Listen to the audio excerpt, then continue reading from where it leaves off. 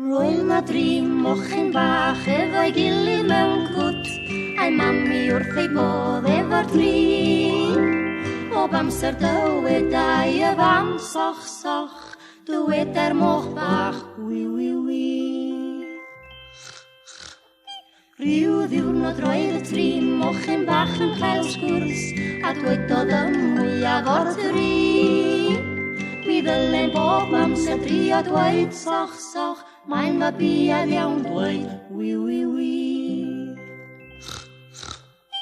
Aeth y tri mochyn bach yn dena fel cryb, tri ynys oedd y golwg y tri.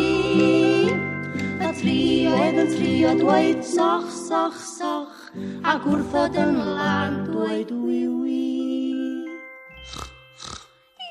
A dyna dri enni aeth y moch bach yn sal, a marw awnaeth y tri. Y tri fi yn trio dweud soch soch soch, ni fedrant yn awr dweud wi wi. Mae na wers yn y stori am y tri mochyn bach, wers bwysig o coeliwch i ni. O peidiwch â chi a dweud soch soch soch, pan ddylech chi ddweud wi wi wi.